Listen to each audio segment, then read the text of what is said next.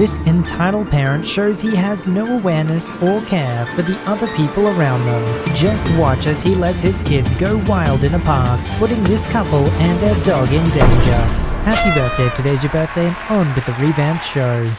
Me and my husband have 2 dogs. We love our dogs as much as we will love our child. After a lot of searching, saving and hoping, we each finally got our dream dogs. My husband got his black Labrador, and I got my Alaskan Malamute. Now, some things about Malamute, which is important to know for this incident. Malamutes take great resemblance to Siberian Huskies, but they are larger and have a lot more muscle. They do resemble wolves, but trust me, you can tell they are not wolves. Malamutes can get up to be over 100 pounds. They are large teddy bears and love people. I adore my dog and love to cuddle up with him. Anyway, back to the story. My husband and I took our dogs to the dog park to let them run off some energy. Our lab loves to run, play fetch and jump around on the play equipment set up for dogs to play on. My dog? He does his own thing, wanders around, runs laps when he feels like it, and overall just chills out. The dog park is very large and the perfect place for our dogs.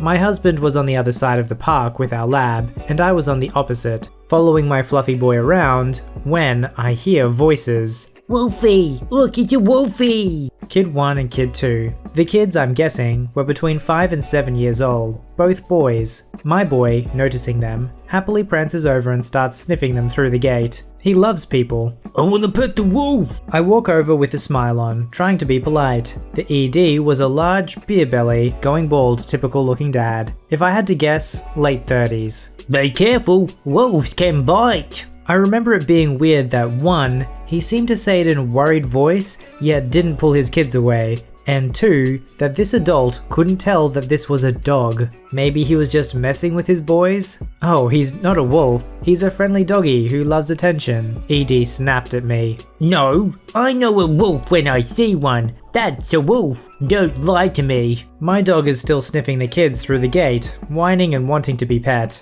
"No sir, he's an Alaskan Malamute, not a wolf." "I wanna pet your Wolfie!" Nowadays, I happily let people pet him, but at the time he wasn't quite a year old yet, and we were still training him. He's almost 100 pounds, and these were little kids. He can easily hurt them unintentionally. "I'm sorry, but he's a pretty big dog. I don't want him to hurt you guys on accident." "It's fine, they can pet him." The ED starts to walk the kids towards the gate to enter the dog park. "Sir, I am not comfortable with him being around little kids yet. We are still training him." "My kids will be fine. Just shut up and keep him still while my kids pet him." Now I'm ticked. Not only did this guy not even ask to pet my dog, but he seriously expected me to just hold on to my still in training 100-pound dog while he gets excited about meeting new people. I said no, keep your kids out of the park, he can hurt them. ED stopped and completely snapped at me. "Listen, you stupid bee! If my boys want to pet your wolf, they can pet him. Shut the F up and hold him." At this point my husband heard the yelling and ran over with our lab happily following along.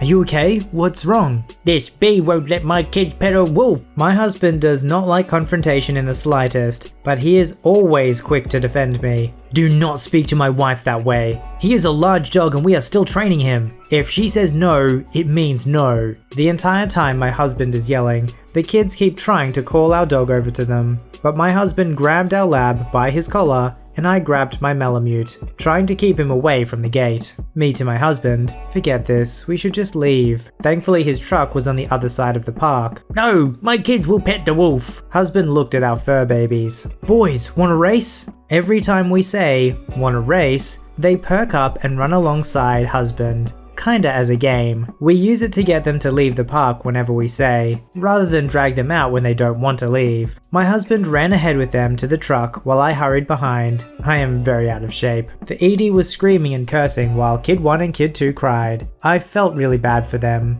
They weren't mean or acted entitled, but I just couldn't let them pet my boy without a fear of him accidentally jumping all over them and hurting them. We got them in the bed of the truck before ED was even halfway through the park, still screaming. I can't remember where the kids were. We got in the truck and pulled away right as ED reached the gate on our side of the park.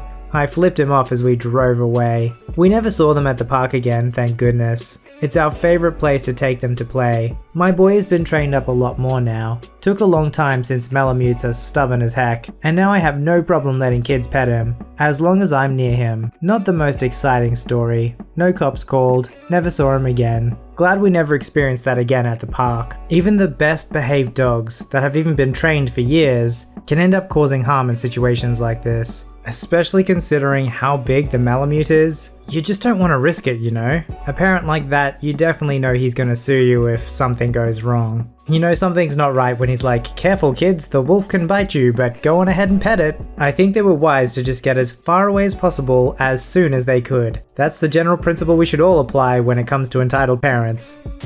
So I literally just started learning American Sign Language. I know 10 signs. Don't even know the alphabet yet, just some everyday words. I drove my sister to the dentist so I could take her home afterwards, since she was going to be woozy. It wasn't going to be that long, so I opted to just wait in the waiting room until it was finished. After she got called in, I just started playing games on my phone. A while later, a kid of about 8 or 9, maybe 12, I'm horrible at guessing kids' ages, ran into the office ahead of his mum by about a minute. He makes a beeline for me and asks if he can play on my phone. I say, sorry, I promised my parents I would never let anyone use it, and I can't break that promise. He seems upset and asks, why? I just respond, well, it could get damaged or lost, and I just don't want to take the risk. Sorry. He stomps his feet with a grumph and runs to his mum, who has just walked in. Mommy, he won't let me play with his phone, he shouts. She looks at me and walks up to me. Excuse me, did you just say he can't play with your phone? Now, at this point, I know she's going to be a pain in the neck to deal with, so I decide to try something that will probably not work. I pretend I'm deaf and cannot read lips. I didn't think it would work since there are about 6 other people in the office, and 2 receptionists who must have heard me speaking before, but I figure,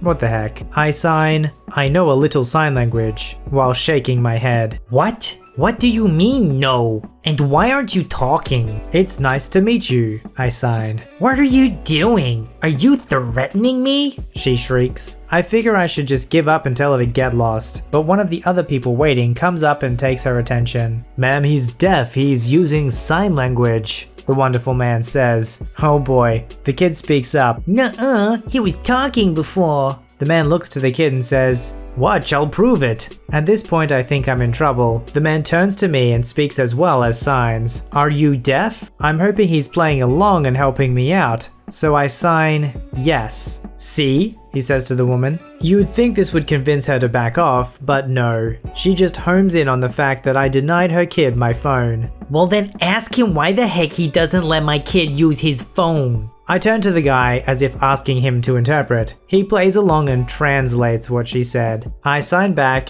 it's nice to meet you slowly. My hard of hearing phone is deaf. I learned the sign for phone on the spot. It's exactly what you think it is. He turns to the woman and says, he said he promised his parents he'd never let anyone use his phone, so it doesn't get damaged or lost. The kid goes ballistic. But that's what he was saying before. He said it. I heard him. The mother seems to realize that her kid may not be being truthful. He was though.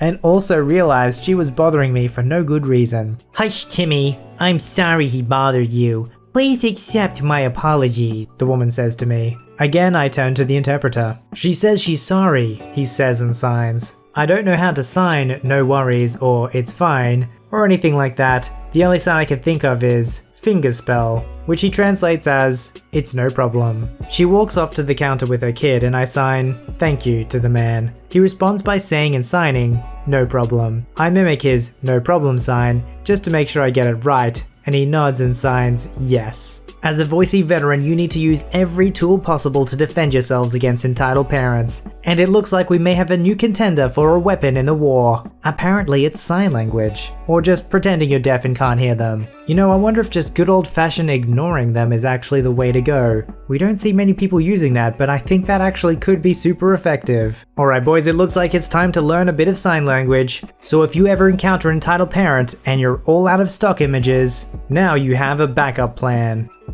This happened for a matinee showing of Aladdin, Will Smith as the genie version. The cast: me, coworker 1, coworker 2, entitled parent, and her kids. Let's begin. Our story begins with a minor misunderstanding between me and the parents of a client of mine. I work as a companion for people that get benefits from the Division of Developmental Disabilities in USA. The company specializes in providing social experiences and sometimes light supervision for work, so I was late getting to the movie to join my coworkers and their clients. Thankfully, they offered to keep an eye on my client while I got to the movie theater. This means I was unaware of the previous drama that happened before I arrived. I missed the first 15 minutes. That is not new for me, as many times the audio descriptor headsets don't work, so I have to get the staff to fix them while the movie is playing, as I don't want my clients to miss out. This theater has a touchscreen to choose your seat. It shows the already purchased seats and won't let someone click on an already purchased seat. I asked the clerk for the 12:30 movie and if he recalled a large group of people with companions wearing the same name tags as me. He said yes and then brought up the theater they were in and got me a seat in the same row as them. He was very sweet and apologized that the trailers had already played and the movie started. He wanted to give me a discount, but the chain did not allow for that sort of thing. As I said, the main reason I was there was to provide sufficient supervision for the client. Note, there were two showings of this particular movie, the 12:30 noon and the 12:15 noon at the same location but on opposite sides of the hall. I found the theater room noted the seat number and went inside, not suspecting a thing. I find the row, gently touch the shoulder of my client and let him know I am there, and then look for the lighted seat number. I expected it to be empty. It was occupied. Okay, not a problem, I just figured that one of the other clients had moved to another unoccupied seat. The clerk had assured me that only my group was in that row. There was a small problem. I noted that some of the bodies were much smaller than the age of our clients. Here is our entitled kids. I walk down the row to find an empty seat. Not suspicious yet. Then I stumble on a pair of bright yellow shoes with no feet inside. Yet those shoes were that bright I could slightly see them when I looked down. I sit down in the end of the row and notice that there is a child in the seat beside me. There are no children in our group. C1 and C2 would have let me know. As the seat was definitely not my seat number, I went to find the number on my seat. As I do so, I stumble on the sneakers again. That is where I meet EP. Excuse me, but is that seat X? Yes it is, but I purchased this seat. But I just purchased that seat from the clerk up front. No, I purchased this seat and the seats that those rude people over there are sitting in. Obviously the theater double sold the seats, and I'm not moving my kids again. If you continue to harass me, I'm going to complain to the manager. Not wanting to ruin the movie for our clients, I simply go into the row behind my client, find an empty seat there. Did I mention I stumbled on the sneakers again? So I watch the movie, then escort my client out when the lights go up. I did look for EP and her entitled kids, but they must have left before the lights came back on. Coworker 1 and I talked for a moment about the entitled parent. It turns out she had an altercation with our group. When C1 looked at EP's ticket, the room number did not match. C1 tried to explain the mix-up. Apparently the EP did not care and stayed in the same row and theater with her kids, threatening to complain to the manager about double selling the tickets. C1 said that I should complain, but I declined.